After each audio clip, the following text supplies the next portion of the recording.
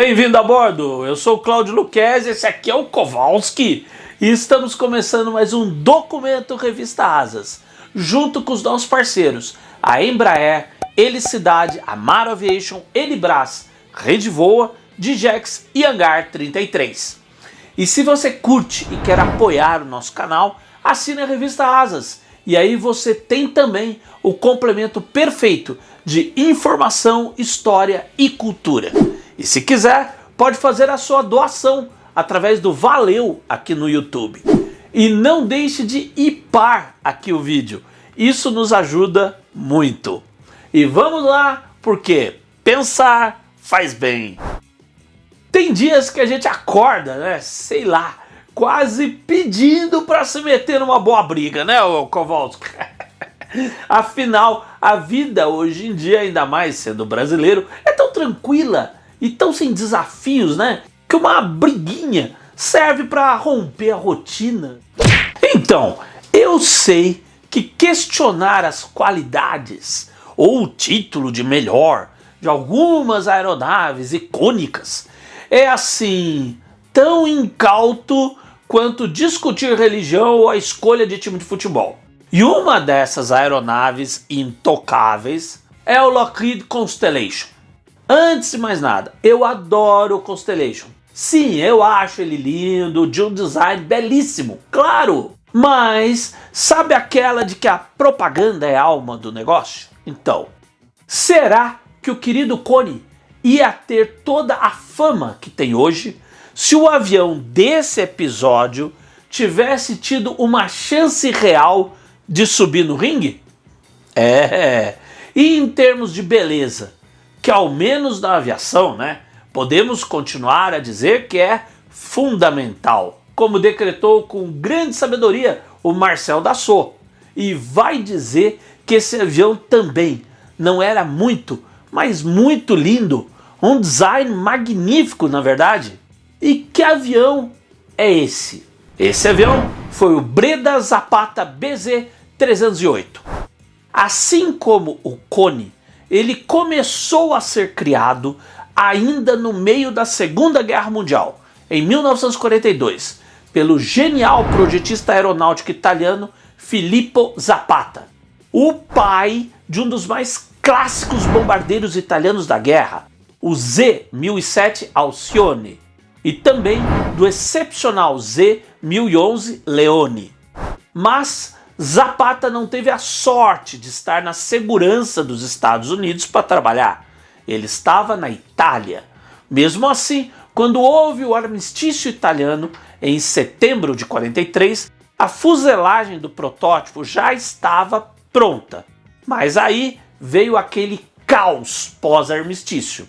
E primeiro, os alemães obrigaram a equipe a paralisar o programa. E depois, com o fim da guerra na Europa em maio de 45, foi a vez dos aliados manterem o programa paralisado.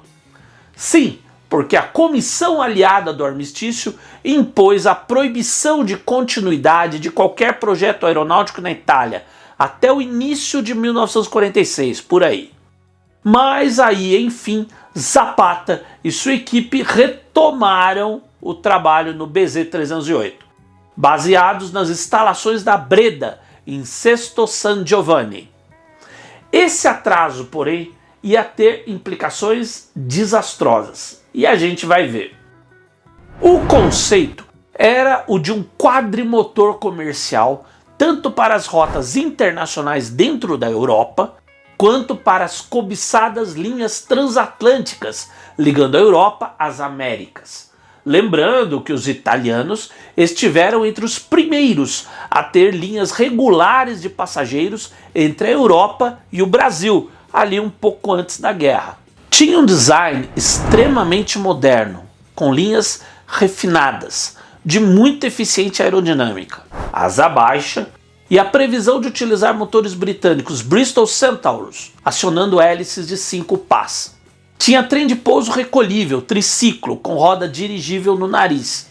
E a cauda com estabilizadores verticais duplos, como Zapata fizera no Z-1007. Já a fuselagem, além do design aerodinâmico perfeito, era bastante espaçosa internamente, prevendo uma tripulação de 5 membros e acomodações para 55 passageiros em 2 classes ou até 80 em classe única econômica.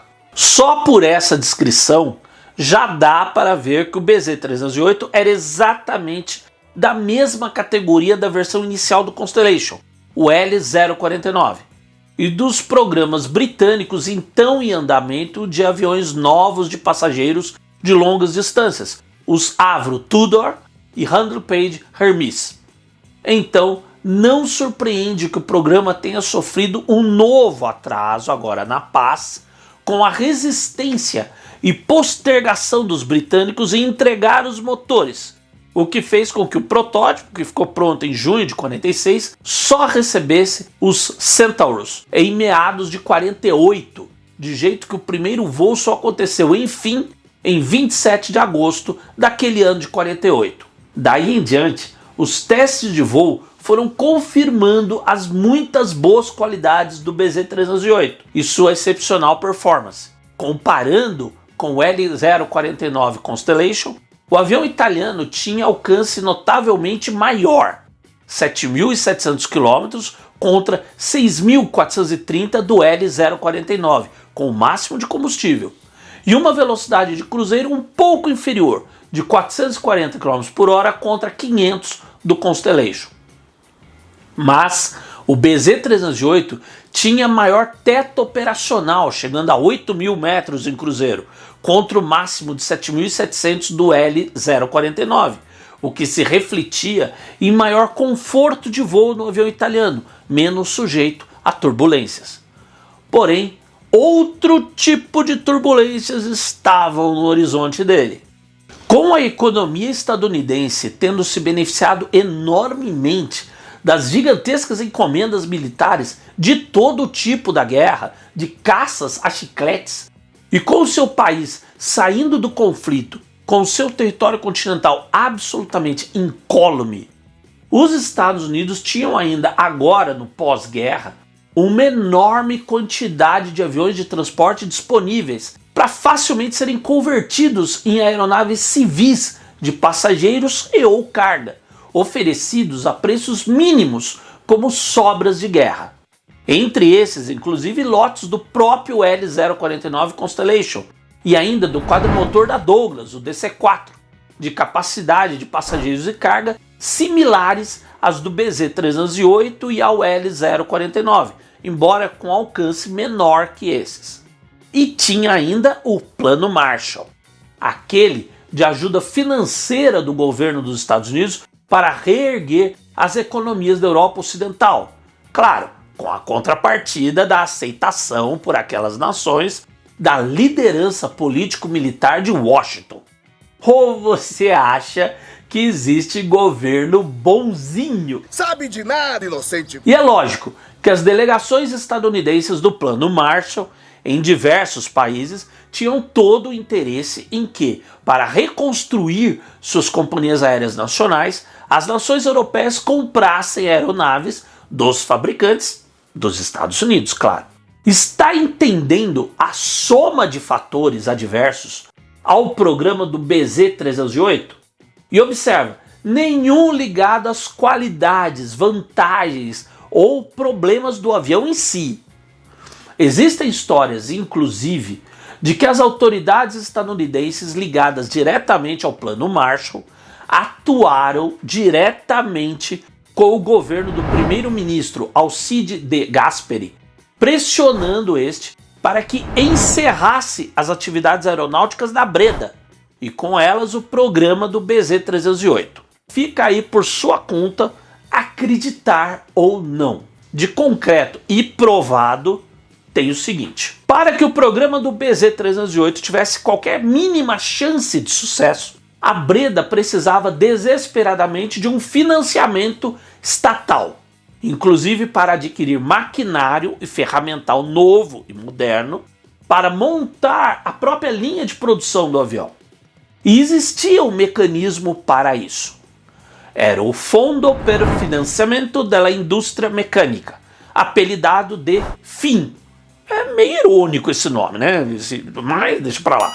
Uma organização criada pelo governo em 47, exatamente para financiar a conversão ao mercado civil das empresas engajadas no esforço bélico durante a Segunda Guerra Mundial. Mas, apesar desse órgão e da Breda ser mais do que enquadrada para receber esse financiamento, o governo De Gasperi não deu qualquer mínimo apoio financeiro ao programa do BZ-308. Nada. E nem facilitou para a empresa as aquisições de novos ferramentais, máquinas ou materiais. Nada. De nenhuma forma. E também nada mudou na negação de apoio financeiro do governo, mesmo diante dos interesses firmes de companhias aéreas da Argentina, da Índia e da então Pérsia, o atual Irã.